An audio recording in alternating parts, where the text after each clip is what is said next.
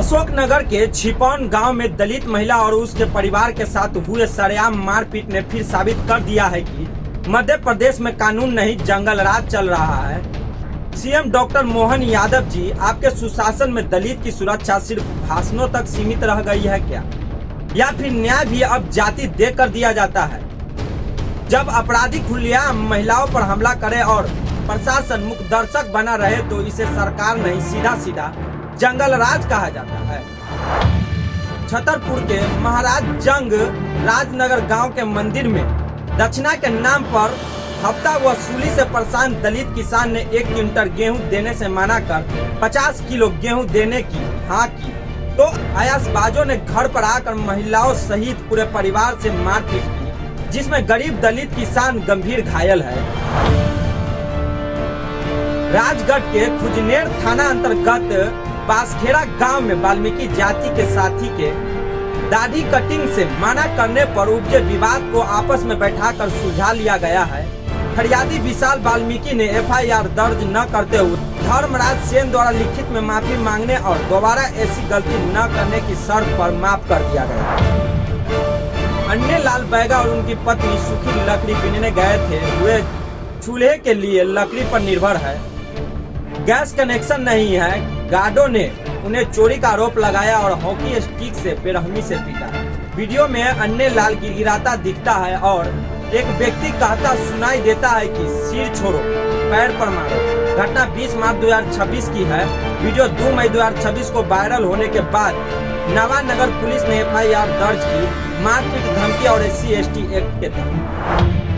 प्रयागराज गौ घाट पर गरीबों की झुग्गी झोपड़ी को उजाड़ कर प्रशासन ने संवेदनशीलता की सारी हदें पार कर। याद रखना, योगी आदित्यनाथ जी लाठी और बुलडोजर के दम पर गरीबों को कुचलने का यह अत्याचार जनता कभी नहीं किया। आरोप है कि मेडिकल कॉलेज में घंटों बीमार पिता को भर्ती नहीं किया गया। डॉक्टर सोते मिले, उठाने के बाद भी नहीं उठे। 3 घंटे बाद बीमार पिता की सांस थम गई, जिसके बाद आक्रोशित बच्ची का गुस्सा फूटा। बच्ची न्याय की गुहार लगा रही है। बीमार पिता की अस्पताल में मौत की बात बेटियों ने दर्द बयां किया और कहा कि मोदी सरकार डॉक्टरों को सोने की पैसा नहीं देती है, ड्यूटी पर सोते रहते हैं। डॉक्टर भगवान का रूप होता है, इंसानियत नहीं है इनमें। अब यूपी के फतेहपुर में स्मार्ट मीटर का विरोध हुआ। कहानी वही है, जनता ने अपने घरों से मीटर उखाड़े और उसे बिजली घर पर फेंक दिया। पूरे यूपी में इस तरह का विरोध हो रहा है।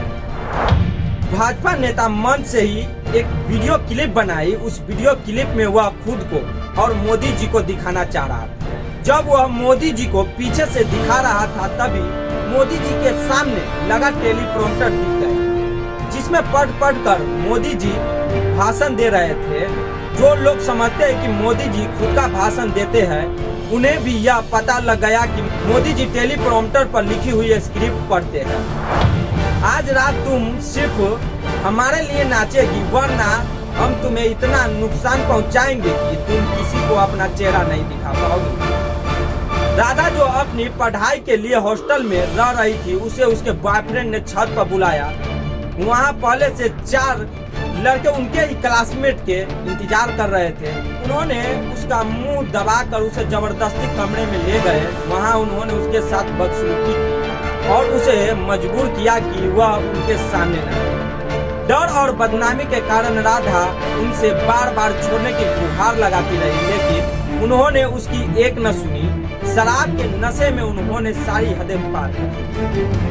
उनके कपड़े फाड़ दिए गए और डर और शर्म से टूटी राधा एक कोने में सिमट गई। लेकिन दरिंदगी यहीं नहीं रुकी। उन्होंने उसके साथ गंभीर अपराध किया और उसका वीडियो भी रिकॉर्ड किया।